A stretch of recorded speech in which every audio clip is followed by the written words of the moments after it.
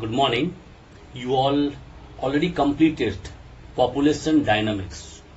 Only I will recapitulate this chapter. Clear? You can say it is one sort of a revision for you all. First, what is population? Anyone can ask you, because chapter name is population dynamics, anyone can ask you what is population? Actually, the total number of inhabitants of a particular place, alright, are collectively known as population of that particular place. Clear? Again I am telling you, the total number of inhabitants of a particular place are collectively known as population of that particular place. Now, population, you know, in the entire world crossed 7 billion as per 2011. As per 2011, because in 2011 census took place. Census, and as per census it was 7 billion. It was 7 billion mark. Now, you know, out of this 7 billion in 2011, because now again in 2021 census will be there. As per 2011, when 7 billion people were there, you will not believe only 10 nations, they covered 60% of this population. 60%. And 3 nations like China, India and USA, they have taken out of the 60%, 40% of population. Now you understood? This means 10 nations, 60% of 7 billion. Clear? And 3 nations, 40% of 60% of 7 billion. Understood? So you can understand, and the 3 nations, you know, in that India is also there. But remember, this India in 2021, when the census will be there, I think they will cross even China also. We will defeat China in population also. Now, move on to the density of population. Second topic is density. Now, what do you mean by density? Actually, density of a population means the number of people living in 1 square kilometer. Alright, number of population living in 1 square kilometer. Now this is known as density, and you know, when you will go to Bankmore, you will see the density of population is more. When you will go to Bhaura, the density of population is less. So you can easily compare, and on the basis of all this density, we have densely populated areas, moderately densely populated areas and sparsely populated areas. Alright. What I said, densely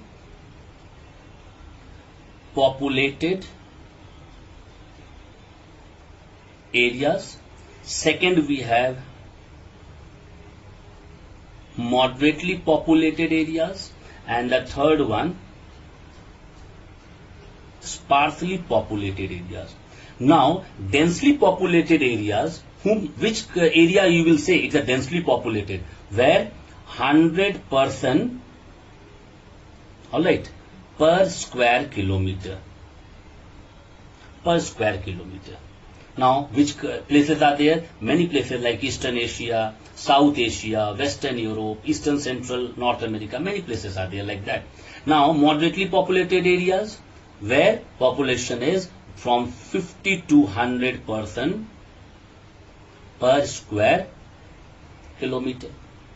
Clear? And is sparsely populated, where less than 50% per square kilometer. Which are the areas sparsely populated? Like Kalahari Desert, Arabian Desert, Gobi Desert, Taklamakan Desert, many are there. They all come under sparsely populated. And moderately, you know, USA is there, Southern Russia is there, Western Africa is there, Eastern Europe, many more places are there. You can go through your book. Clear? Now come factors factors affecting the distribution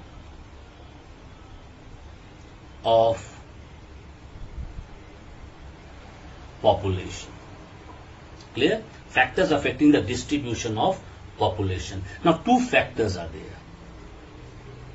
Clear? Two factors are there. The first factor is physical, and second is economic and cultural. Clear? Economic and cultural. In physical also, they have four parts. Four parts are there. First, relief features, then climate, then soil and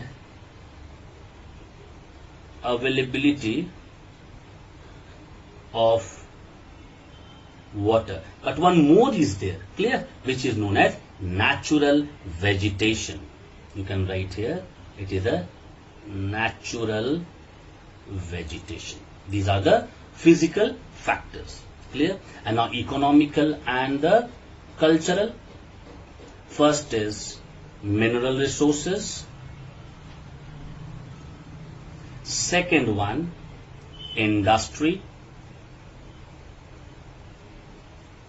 Third one is transport.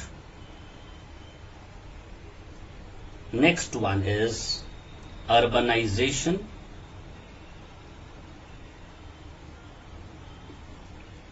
After that, it is migration. And the last one is government policies. Government policies. Clear? One by one we will discuss all. Now first one, the relief features. Now what do you mean by relief features? Now the plain areas of the world, whichever part you will go to the world, you will see it's a densely populated as compared to the desert or the mountainous region.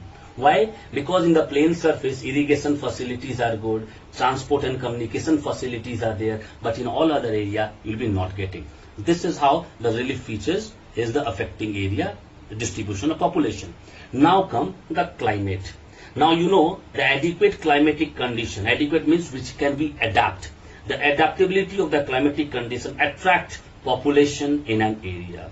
Now if extreme climatic condition will be there, like in South Africa, alright, yes, in South Africa, you will see that in Africa what happens, the population, they don't want to stay because you can see the Negro people, the black in color. Because the extreme temperature, people like us will not able to survive in those areas. Clear? And second thing, and because of that, what happens in extreme climatic condition, they discourage the concentration of the people. People, they don't want to go. But now you'll say, sir, where is the higher population? Alright, means in which place the higher populations are there? Easily you can say in the temperate areas of the world where higher population you can see. Now come, next one is the soil. Now what do you mean by soil? Now soil is the important factor which determines the density of population. How? Because the area where the fertile soils are there, alright, it supports high population density. And infertile soil, like in the desert areas, you will see people, they don't want to stay in all those areas. Like in our country, you will see alluvial soil. Alright, the soil which contains alluvium, that is the soil which gives you maximum yield from the field. When you are getting maximum production from the field, obviously people will love to stay in all those areas. Even the black soil, which is in Maharashtra, people, they love to stay in those areas because cotton grows in black soil only. Clear? Now come next point is water or the availability of water. Now availability of water, that the water is life for us, because for every, not only human being, even for the animals and the plant, water is the life. And you go to the past history, you check the history, all the early civilization, they all were developed near the water bodies only. Where the water bodies were there only the civilization grew up. Now what happened, this water, alright, is necessary not only for our purpose, for the human being, even for agriculture, for transport, for industry, for domestic use. Many uses are there where we are using water. Now comes the last one, which I said is a natural vegetation. Now, in a dense forest areas and a thorny forest areas, alright, you will see that adequate numbers are not there of human settlement. Means human settlements are not there in those areas. Now, where the density will be more? In the grassland area. Alright, natural vegetation means in the grassland area. Now, we will start economic and cultural factors. The first one is the mineral resources. You know, the area rich in mineral, the more population will be there to mine the minerals. Clear? And industry, where more industry will be there, you know, more employment will be there. And when employment opportunity will be there, more people will be attracted. This means population in those areas will also increase. Alright, now third one, the transport, urbanization, migration and government policies. Now, you should know the areas which are well connected with the transport system, alright, are more populated than the remote areas where people cannot go. Clear? And after that, urban areas and the good government policy also support high population density. Their population will be more in comparison to the rural areas. Next point is population growth.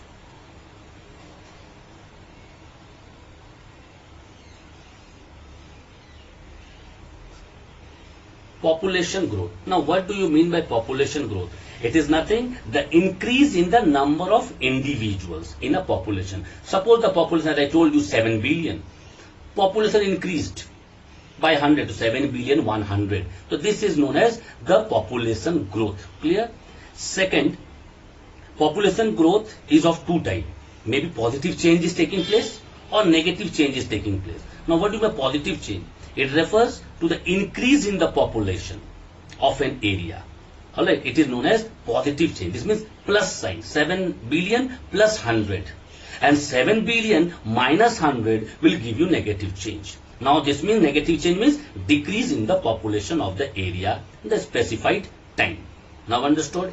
Now these changes which I told you, positive change and the negative change, these two change you will be getting, alright, by the birth rate.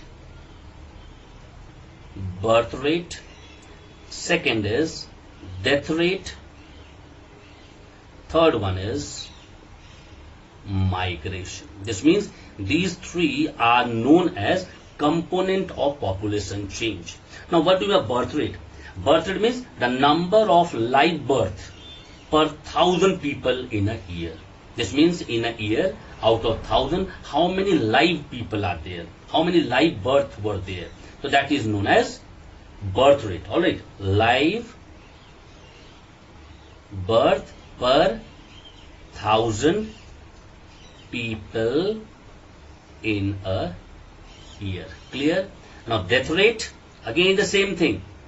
Alright, number of death per 1,000 people in a year. Alright, death per 1,000 people in a year. And migration, you know, when people migrate from one place to another, the movement of people from one place to another is known as migration. Now migration is of two types, in migration and out migration. Clear? It is of two types. Migration is of two types, in migration and out migration. Out migration. Now, what do you mean by in migration? In migration is also known as or immigration. I-M-M,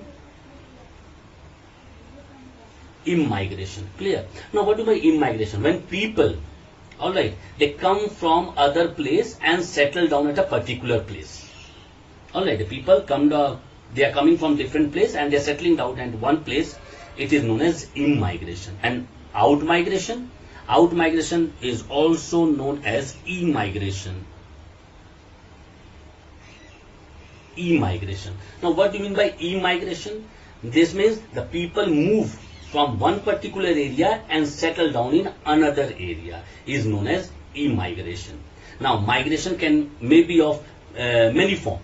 Alright, you can see migration, different forms are there, like people migrate from rural to rural area, or from urban to urban area, or rural to urban area, or urban to rural area. This means you can say that people can migrate from rural to rural. Second, they can migrate from urban to urban. Third, they can migrate from rural to urban. And the fourth, from urban to rural. This R means rural and U means urban. Clear now? This type of migration can take place. Now come the composition of a population. Now what is a composition? Composition means it comprises age group, that is the age composition, sex ratio, literacy, urban and the rural population of a place. Now four things are there in composition. When we compose population, we'll have to consider age composition. Now what is age composition? Age composition means the categories of population as per the age. Like children 0 to 15 year age, like your age is below 15, you will be known as children. Children means you are dependent on your parent. Second one is adult. Adult means 15 to 58. This means you are working group. This means you can work in the market, you can earn money. And the old age, again 58 and above, they are known as old age. They are also dependent. This means 15, below 15 and above 58, they are dependent on 15 to 58 age group. This is known as age composition. Now come sex ratio. Now what is sex ratio? The ratio of males to female. Alright, this means number of female per 1000 male. This is very important. Number of female per 1000 male in Jharkhand. Alright, when you will go around all the district, I am telling you, only Kodarma is a district where 1000 male and 1000 females are there. And in other places, you will not believe it is 900 something female and 1000 male. Every places in all the district of Jharkhand except Kodarma. Now come literacy. Now you all know literacy. Literacy shows the number of educated people in the world. Alright. How many people are educated? Now in the urban area you will see more educated people are there rather than the village or the rural area. Now last point of your chapter is age and sex pyramid. Now what do you mean by age and sex pyramid? Actually the number of females and the male of different age groups. Just now I said that age group children 0 to 15. Now in this both male and female are there. 15 to 58 adult, this also male and female are there. 58 and above, in this also male and female are there. So this female and male of different age group, when we segregate, alright, and we show in a pyramid form, it is known as age and sex pyramid. We completed this chapter once again, as I recapitulated, as I told you, or the revision I took. And if any doubt, again you can clarify